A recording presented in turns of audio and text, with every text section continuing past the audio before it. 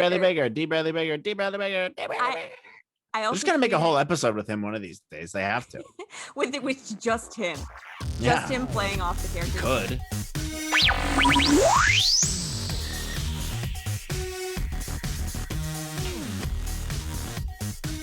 Hey guys, welcome back to another episode of Another Star Wars Podcast. I'm your host, Melissa. And I'm Matt, her older, handsome brother. Okay. All right. Welcome back. It's George Lucas's birthday today, Matt. Did you know that? Oh, is it really? I did not know that. Wow, that's great. How old is he? 900 years old? How old is George Lucas? Has he aged at all since the beginning? Like, he's looked the same age my entire life. Literally, he has. I remember being a kid and looking at documentaries of George Lucas, and he would be sitting there going, Luke, and he looks the same now. You literally just did an impression of like Boss Nass. That's him. You son no go to the George Lucas birthday party. Oh my God. Yeah, he's 907 today. No, he's 77 years old, I think. He doesn't look it. He looks like he's in decent shape for being out of shape. Yeah, but George Lucas is 77 today. Thank you for Star Wars. So that's a good way to start off the Star Wars episode. Yeah. But we're actually here today to continue our series Bad Batch Breakdown. So if you're just joining us for the first time, Bad Batch is the newest show from Lucasfilm Animation, and it's basically Clone Wars Season 8.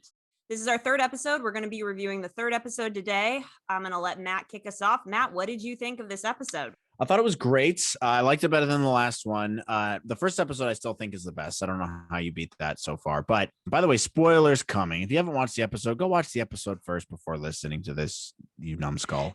We're going to be talking about it. We're going to be spoiling it. So I'll get right into spoiling it.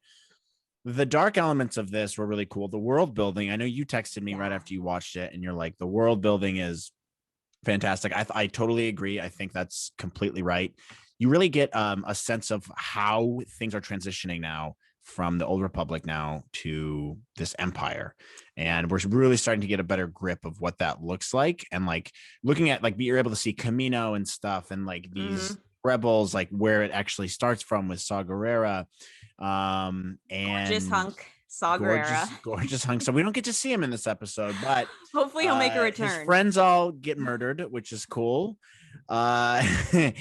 But I thought it was cool. I thought there was a lot of interesting elements to it. It just the development of the world was great. You have Tarkin, you have his little sidekick.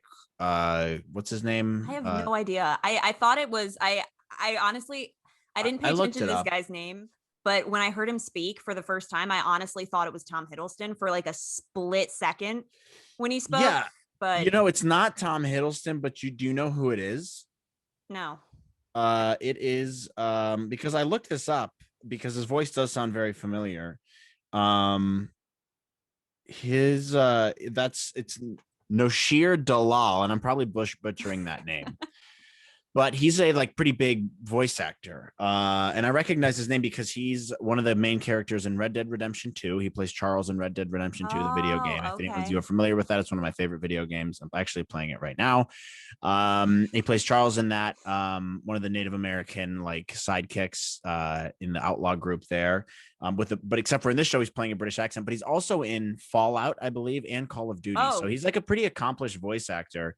Fallout's also one of my favorite games ever. He plays Reese or something like that. I don't know, but if you guys are video game fans, this guy, that's who we're talking about. He plays like Tarkin's little sidekick in this.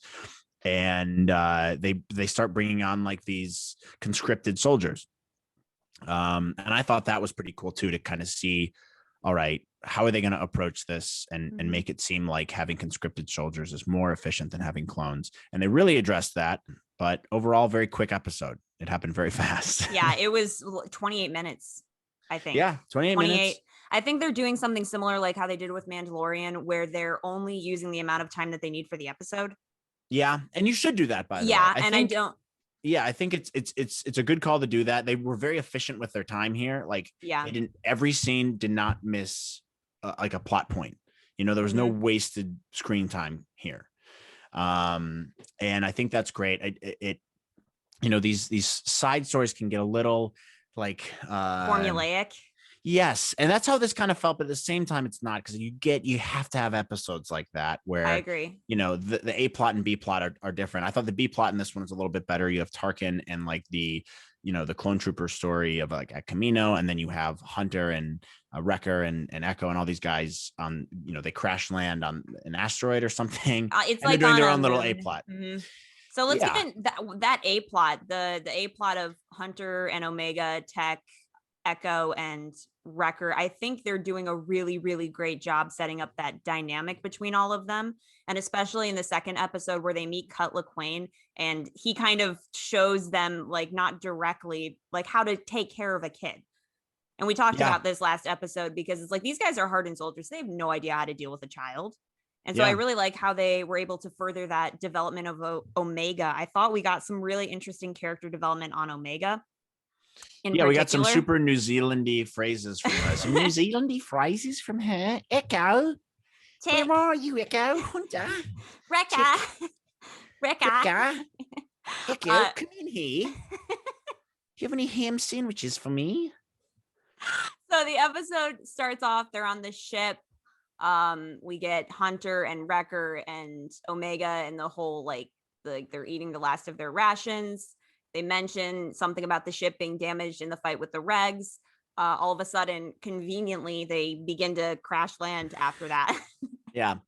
Very formulaic type of story. Very formulaic. What was really interesting to me in the beginning is by the way, very similar notes here to what is it, Empire Strikes Back. Where, they get on this asteroid, there's Mylox or whatever. It's very similar. It's very Star Warsy in terms of like the rhyming of the two things. Yeah, it's like poetry, so if they rhyme. Like that was definitely on purpose. Yeah, it's like poetry, so if they rhyme. I thought that really made the Star Warsiness of it pop out. I really liked that. I liked the feeling that they were able to create. But what was really interesting to me in the beginning is Tech is talking about how he's creating this little gadget to scan their head for the chips. And Echo's like, I thought you said that wasn't active. And Tech's like, well, we should still check.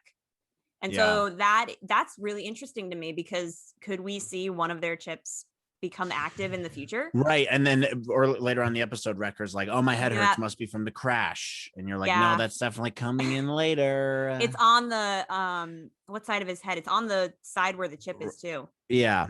The thing that was interesting though too, that also happened right before that, and we are not going through the episode chronologically at all, but that's fine. Gotta keep it authentic, guys. When Omega's like, could it be in here? Like they're looking for the parts for the ship. And they're like, oh, that's Crosshair's things. And you're like, oh, at first I thought she was going to like pick it up. They're like, that's exactly where it is. And it'd be like, ooh, force sensitive, dude. But that's not what ended up happening. But I thought that may have been an interesting element, but I don't know. I still think they might do something like that with her, especially because I think we talked about this last episode, but like with the Kaminoan cloning facility, working with the Empire later, trying to get these Snoke clones and Palpatine clones and stuff like that. They're obviously going to be experimenting on force sensitive people, so I think she's going to come into play with that later on. I thought that was going to be a hint at that in this episode. It wasn't, but I still think that's a possibility. I'm going to agree with you, because in a very interesting way, they keep laying out Omega's character to be she has like an extra sense, and even Tech says this in like the first episode. He's like, oh, she has a heightened sense of awareness, and that's not unusual for a clone like her, but like just the little things that she notices, even when they're on the planets and she's walking with Hunter and she's like, you don't have to be mad at Crosshair, and he's like, I'm mad at myself because we lost him. Like the little details that they're throwing in with that, or even that scene with her in the, what do you want to call it, the cave with the Minoc. Are those even Minocs? No, they're called something else. No, they're not. But they're essentially that. I mean, they're like this planet's version of that. This but she was even like creature. The way that she was dealing with that thing was also kind of hinting towards her I don't want to say forced sensitivity, but that's how it comes off to me. It does. And I think that's on purpose. That's what I'm saying. Too. I think this is on purpose. I think they're hinting at something coming on later on. I think they're trying to tease you almost with like, ooh, is this what's going to happen? Ooh, we're just kidding. Ooh, are we kidding? Oh, I don't know. I think it's like a little bit of a fake out. From Ratatouille. Yeah. Yeah. That's exactly what it is. And I think that's cool. And I think that, like we talked about last episode too, like there's so many possibilities of where this could end up going. This was a little bit more plot progressing than the last episode, just in terms of building the world. So let's talk about that a little bit, because I thought that was really interesting. Project War Mantle that Tarkin mentions in the beginning. What do you think that was pertaining to those new recruits that they were training? Or do you think that's a hint at a bigger plot? I don't know. So here's my theory on it, because I don't know if this is right. I might be totally off, and maybe I'm missing some deep Star Wars lore or fandom, and I'm an idiot. I don't read about that stuff. I don't know. I'm just going off of my gut about what I think and what I've seen. And what I think it has to pertain with is those guys look an awful lot like Dark Troopers. And I think that maybe where we get Dark Troopers from in, Rogue One, we see them there. You see them in Mandalorian, obviously. They're a big part of, the Star Wars, bad guy stormtrooper thing. And I think it's a possibility that's where they kind of come from. They're trained by elite clones. That's where, like, they certainly look like them in this episode. Yeah. And I think that'd be kind of cool how you have kind of a backstory to where those elite, ruthless Dark Troopers soldiers come from. They get trained by these clones who are just like no nonsense. And we kind of see that later on in the episode. So I think that it might have something to do with that. I don't know. But the thing that I noticed was those conscripted soldiers that they had, the top recruits, whatever, looked an awful lot like Dark Troopers, and they were doing things that I would think Dark Troopers would be doing, raiding rebel camps, etc., etc.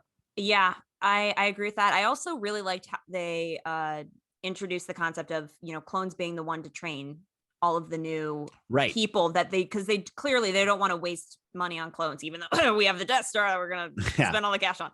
I thought that was that's what they're saving money for. That's smart economics.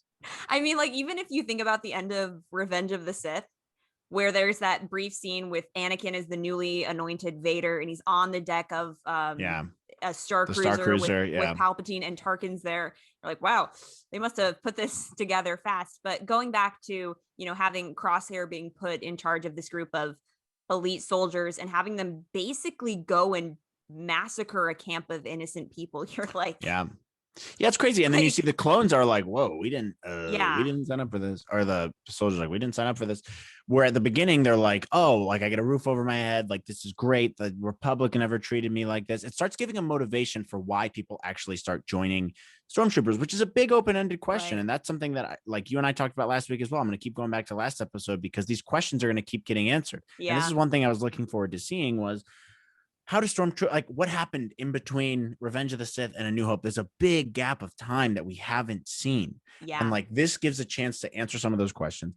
One of them being like, who the hell would be a Stormtrooper? You guys are a bunch of dicks, you have to go and do this ruthless stuff. And now it's kind of giving a motivation for that as to why people joined in the first place. Right. And I think it's very smart. It's great storytelling. It's not being too obvious with it, but it's planting those seeds to give us some more answers later on. Yeah, definitely. I really like how much little detail they're throwing in. It's not like they're throwing like chunks of storytelling at you. They're going, oh, hey, look, chain codes are being instituted. Oh, hey, look, people are joining the Empire because it gives them a sense of security. Yeah. Like, oh, hey, look, like they're going to go off and massacre groups of people, but they don't know that that's what the Empire is doing. And it also really, can I just say, Crosshair made me so frustrated and just horrified in this episode. You know that meme of the screaming guy? What is it from? Like the like, do you know what meme I'm talking about? I'll post it here in the video somewhere. No, I don't know. Okay, that meme, which I will post somewhere in here, is like the guy like screaming, crying, like no, like that's how I felt this entire episode. I'll send it to you after we're done. But okay. No, I mean, Crosshair, you're like, dude, why are you so mean now? Well, you know how in Order 66 they make the clones seem like they just lose every ounce of their personality and they turn into these robotic soldiers? Crosshair still seems like he's Crosshair, but like extra murdery Yeah. Crosshair. You know what I'm saying? Yeah, no, you're right. But Like, he there has is a that element, there is personality. that scene, and as we're moving on through the episode, there's that scene. They get back from the mission, they murder all these civilians, super dark. Yeah. But then they go back to their old quarters in the barracks or whatever with for Bad Batch, and he comes in and he sees all the old stuff, and you get that hint. You're like, oh, there's something in there. There's a Mhm. little bit of something, and it's not a lot, but it's enough to cause something in later episodes. So Yeah. he's a jerk. Yeah. Okay. But they put that scene in for a reason of him going back and seeing this stuff and kind of like, there's not a lot of it, but there's something there where he's like, maybe what I'm doing is a little messed up. Can we also talk about the fact that this is one guy playing all of these clones? I know. What's his name? Dee Bradley Baker. That guy's a rock star in terms of voice acting. Oh my God. Did you watch that interview that came out on, I think it was Entertainment Weekly, like maybe a week ago before the show came out, or maybe it was on May 4th? No. So there's an interview with him, and this guy is just insanely talented. But in the video, he describes how he differentiates I can't speak between each clone, and how he gives each clone like a word to describe them. So for like Crosshair, he uses the word snake. So whenever he plays Crosshair, he's like thinking of a snake in the way that he speaks. When he plays I'm Crosshair. when he plays Hunter, he puts on there's like a smokiness. Hey, I'm Hunter. Don't mess with me. Wrecker, he described as a big kid, and I'm Wrecker. love this. And for who am I missing? Oh, Tech. Tech is just Donatello from Ninja Turtles. Like, if you think about it, like, I have no impersonation for that, but yes. No, he's very like up here and like British and quick speaking and whatever. Not to say that like Donatello's like that, but he gives. I love how their voices differ. So, I Donatello mean, vibes. he's a very talented voice actor. It's just funny how their voices differ so much. And like, you're all the same person, just different variations of it. I don't think your voices should be that different, but I get why they do it. It's a cartoon. Yeah. Yes. So, yeah. No, but like, I can't believe we have any, like, we've talked about this show, but we somehow haven't brought up Dee Bradley Baker. Like, the guy is insanely talented with all the different like variations he puts on. I mean, like, if you think about Rex, the way Rex sounds, you know when it's Rex versus somebody like Hunter. So you know the difference between like those tiny little nuances that he throws in, which is ridiculous to me. Yeah, it's crazy. I mean, if you go to the IMDb, it's crazy because it just says for his credit for the show, it just says the Bad Batch. That's who he plays.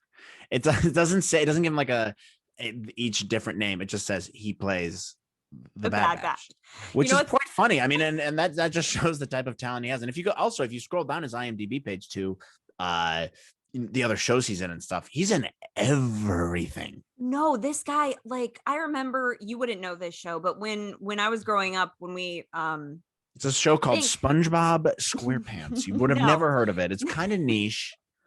No, I was going to talk Kids Next Door. It was an old show back in like 2003, 2004, 2005. And he played this character, Wally Beetles. And when I first learned, and this kid's like a 10-year-old. So he's playing a 10-year-old in this show, like, that came out well over 15 years ago. And so when I learned that Dee Bradley Baker was the voice of Wally Beetles, like, and the clothes, I just had this like, oh my God, it's the same guy. Right. Because he puts on this Australian accent for the kid. So it's really, really funny. But going back to the Bad Batch really quick, one of my favorite things about this show so far is all like the parody videos on YouTube. Like, I tweeted about a month ago, I was like, I can't wait for all the parody videos that come out when Bad Batch is released, because so it can just go starring Dee Bradley Baker, Dee Bradley Baker, Dee Bradley Baker, Dee Bradley Baker, Dee Bradley Baker, Dee Bradley Baker, Dee Bradley Baker. I also just gotta make a whole episode with him one of these days. They have to. with just him. Yeah. Just him playing off the character. He could. He absolutely, I mean, that's basically what he's doing with the Bad Batch. I mean, if he's just going, oh, Tech, like, I can't do an impression of him, but he's like, not like, Batman. Oh, Tech, what are you doing? Where's the capacitator for our ship? I can't do an impression. I'm not even gonna try. But there, I also tweeted like a month ago. I was like, I hope somebody does an A-Team parody of the Bad Batch, and I found one last night. and it was so good, dude. Like I was watching it and just like it has the same fonts in it, and they did like a narration that was like the opening for the A-Team, but it was like they changed the narration to fit the storyline of the Bad Batch. I have to send it to you. It's so Yeah, good. send it to me. It's such a good parody. But anyway, going back to the episode, the Crosshair stuff was great. I audibly gasped when he like went to that planet and they murdered everybody, because I was like, that was the best scene in the episode. Just because it's Disney we're talking about here, right? Yeah. And that's a ballsy scene to have, but it's also important to have that, because you can't hold punches when if you're telling a story and you're not going to be true to what the story actually is. It's a bad story. Yeah. And that's what they did with the sequels, in my opinion. They pulled their punches because they were trying to satisfy a large group of people, because they didn't want to disappoint everyone. They ended up disappointing a lot of people. Now, some of you may have liked the sequels. All right. I don't want to get into that right now. All I'm saying is when it comes to storytelling, you have to stay true to what the story is actually meant to be. And in this case, it's meant to be, all right, bad guys win in Revenge of the Sith. Mm-hmm. And they continue to win for years and years. Mm-hmm. So it has to be that. You have to have scenes like that where it's a little bit brutal, but it illustrates how it came from point A to point B. We have to keep filling in these gaps one by one as the show goes on. And I think that's why that scene is important. Now it really just raises the stakes. Like, this guy's not screwing around. Yeah.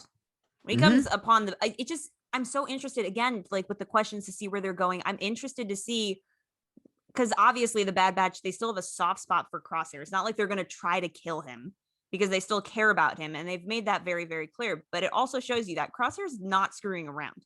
Yeah, I He's agree. going to do what needs to be done. And it just kind of depends if they kill him. Be done. Yeah, I mean, he's going to, and I think that's why. I mean, that's why he's an important character. I think, like I said before, I think he's going to be the one who really leads the charge of like why a lot of these troopers become evil, because you're just trained from a certain level and just keep going up from there. So I think that's kind of what they're trying to do. I could be totally wrong, but I mean, that's what I gathered from it, at least. And it'll be interesting to see where it all plays out from here. I think, like I said, that little inkling of like maybe there's a little bit of like redemption in him later on. I don't know. The Star Wars has always had an overarching theme of redemption too. Yeah, and I'm sure something like that will happen, but I still think at the end he's probably gonna die. You mean like it'll be like a redemptive act, and then it's like, I'm gonna sacrifice myself. Maybe something like that. Yeah, or maybe it's like as he got shot. I don't know. Right. Yeah. I mean, it just kind of depends on, you said, how the show goes and the response. But he's definitely a good antagonist for the story. And it'll be interesting to see how it progresses. I'm really interested to see the Kamino little arc going on. Let's talk about that really quick. The Kaminoans are okay. First of all, the way they talk is so funny. I can never watch a scene without like laughing when they're in it, because they talk with so much disinterest. Where you're just Admiral talking, like, yeah. I love the way they speak. It's so like, it seems so bored. Like, they just don't seem like they have a lot of energy, so it makes me laugh. But interestingly enough, the dialogue that is it Lamasu? Oh God, is it Lamasu and Nalase? Those are their names, right? I want to say that's right.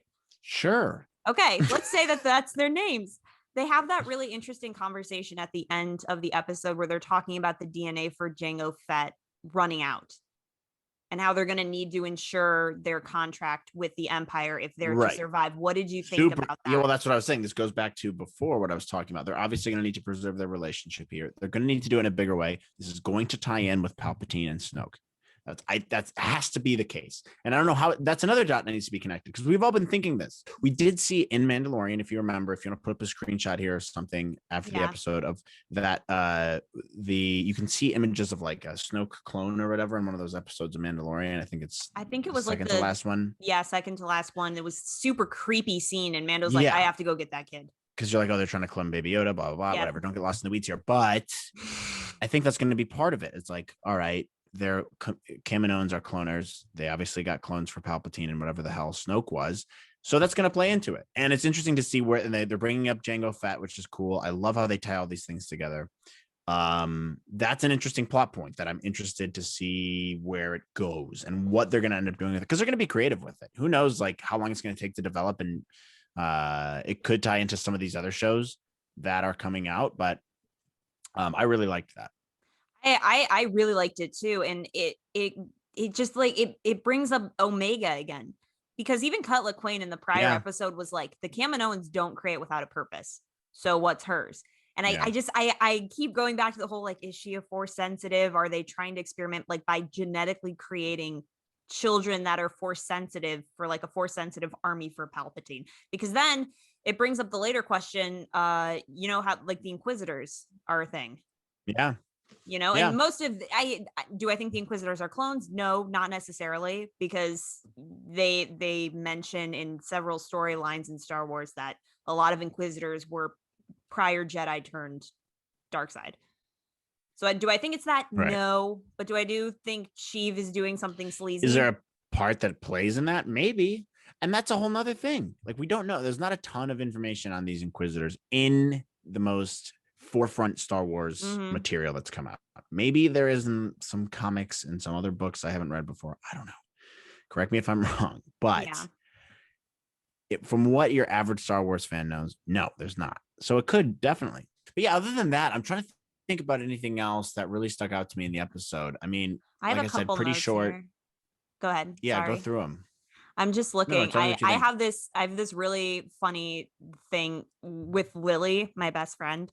When the last season of Clone Wars was airing, we would text each other these very jumbled notes of what we thought of the episodes. So we would like create like Word documents or notes on our phone, and then we would text them to each other, which made no sense. And so that's what I've been doing with the episodes. I'd be like, oh, I liked the music that Kevin Kiner composed here, or I liked the interaction of Hunter and Omega here. I'm just scanning those notes to see if I have anything else.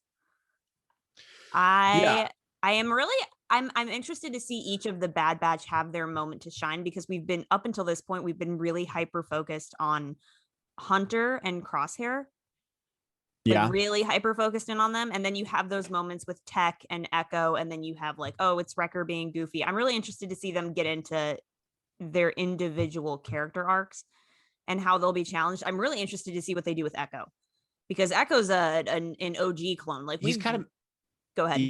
Yeah, I mean, he's kind of been in the background the last couple episodes. Like, he's been there, but I don't feel like he's really played a super crucial role. So I think you're right. It'll be interesting to see how they highlight each one of them in the next.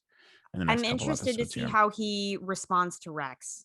Because the last time he saw Rex was like, if you want to join them, you should go. And then Echo leaves, and we have that super heartbreaking scene that I definitely cried over. Yeah. Let me see what else I wrote down here. Hey, stop! It was very emotional. I was very emotional over that. What else did I? Oh, I do have to give a shout out. I don't know if it's, I want to say it's Kevin Kiner doing the soundtrack, the guy who did all the music for Clone Wars. Oh, fantastic. Yeah, fantastic. It was great. Let's just say it like this. Whoever did the music for these things, incredible. Amazing. There was a soft piano bit when Hunter finds Omega and he like pulls her out of the cave thing. There's like a split second of piano. It's only like a few seconds. It doesn't last super long, but it was so good. And I was just like, oh my God, like the emotions I'm getting from this soundtrack are so phenomenal. So props. I will definitely find the names and I'll put them here for sure. But the music's just been outstanding. I totally agree. I think that's such a crucial part to these shows and to Star Wars in general. The music is what makes it. And that's true with any movie. Lord of the Rings, Star Wars, Harry Potter, Indiana Jones, any big blockbuster movie, any big series or any award-winning movie, think about their soundtrack. That's what makes them. And so I think you're totally right. That's an incredibly important part of this. So, and they don't get enough credit. So shout out to whoever the music person is. I know that we did get a couple questions. I dropped the question so last minute on Instagram. I was like, Kevin Kiner, you're right. It's Kevin Kiner. Oh, it is? Yeah. Oh, awesome. Sorry, I didn't mean to interrupt you. No, it's totally fine. It's not a big deal. Awesome work, Kevin Kiner. You're amazing. We do have some questions. I'm kind of surprised we even got questions because I dropped that so last minute, but we also really did plan this last minute. So let me open up the Instagram. Let me see who this is. Okay. So we do have a couple questions on the story, and then we have a couple questions in the DMs. Ooh, Kevin's back. Kevin has a question. Hit us with the chips, Kevin. Let's go, Kevin. Okay, so he says, for this week, it didn't really leave anything desired from me, but I feel like they are slowly building Omega's ability. At this point, I don't know what it could be besides the power of empathy. Thoughts on her after watching this episode? Well, we kind of talked about that, but I think you're right. I mean, it's supposed to be a mystery right now. And you and I, we already discussed this. It's like we don't know what her purpose is. And I think that's on purpose. We're not supposed to know.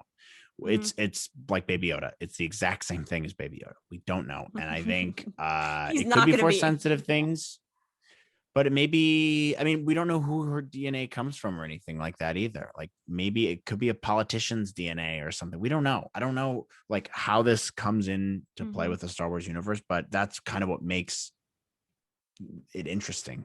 Yeah. There's endless possibilities, but I think we'll figure that out probably towards the end of the season. Yeah. Pretty. I mean, I have no thoughts other than that, but I'm really liking her character. I'm so glad. Yeah, she's cool. I'm so glad she's not a Saturday morning trope. She is super, super cute, and I'm really loving her with each episode that they show her in. Okay, so Matt is back with another question. Hi, Matt. Matt has a theory. He says that Tarkin is in this show, and they made a Vader model for Clone Wars. So we'll see Vader again. That's his theory. We also saw Dryden Voss in a hologram. Dryden Voss is from Solo. He's played by Paul Bettany. He's got the scars on his face. Right. He had a brief cameo in Clone Wars when Maul was talking to the crime syndicate. He said, right. Yeah. We also saw Dryden Voss in a hologram, and the Bad Batch are going to get involved in the underworld. So maybe he'll turn up as well. Maul versus Vader, maybe somehow. Oh, that's interesting. Because, I guess they're both around right now. That's totally possible. I mean, Maul doesn't die for a while. No, Maul we have doesn't. plenty of time. Yeah. So we could. I mean, that's a great idea. But the problem with that is it's not a Vader Maul show. Yeah. So I don't know that it's a super likely possibility. I mean, you got to focus on the characters in the show, and I don't know how that would fit in. They would have to start tying that in immediately if they want to make that happen in this season, because I don't see that. I mean, it's possible. Maybe if they plan on making more seasons, but I just, as a storytelling, thing, it'd be very hard to fit in my opinion. But they're all great points. I mean, the Dryden Voss thing, that's cool. And they are going to get, the Bad Batch getting involved in the underworld's cool. I mean, I think we'll definitely see Vader at some point. I don't think it's going to be in a big capacity. I do. I think it'll be very brief. But that's how it should be, and that's totally fine. Maul, I think there's a possibility we see him too. Definitely a possibility, but the chance of seeing them both together and the chance of them like fighting or something, very low. Yeah, it's like the same thing with Ahsoka. If you put Ahsoka in the show, you have to be so careful on how you use the big names, because then it doesn't become about your main characters. It becomes about them, because everybody's like, oh, what was Ahsoka doing? What was Vader doing? What was Maul doing? And I honestly, if I was to pick any character to have like a big cameo, it would absolutely be Vader. Yeah, I agree, because that's the only one that really fits in. Maul, I don't really care. We saw plenty of him in Clone Wars. Vader's one that's like, all right, let's see what happens with this. Yeah, because it can't be big. It can't be. It's like the big reveal at the end last episode of Mandalorian. That was the greatest, the greatest Star Wars moment maybe ever. Yeah, you gotta do something like that. Give him another hallway. You give him another hallway scene, and the fans will lose it. Honestly, just one scene with him talking, I'm cool with. I mean, James Earl Jones has done the animated stuff for a while now, so I would not be surprised if they were like, "Hey, buddy." Well, we don't have many years left for James Earl Jones, so hopefully he sticks around. Nobody could replace that voice. We do have one more, I think. Okay, so Hidden Scribble asks, there's definitely something going on with the Batch's chips, with Wrecker's headache and Tech's gadget. Thoughts on that?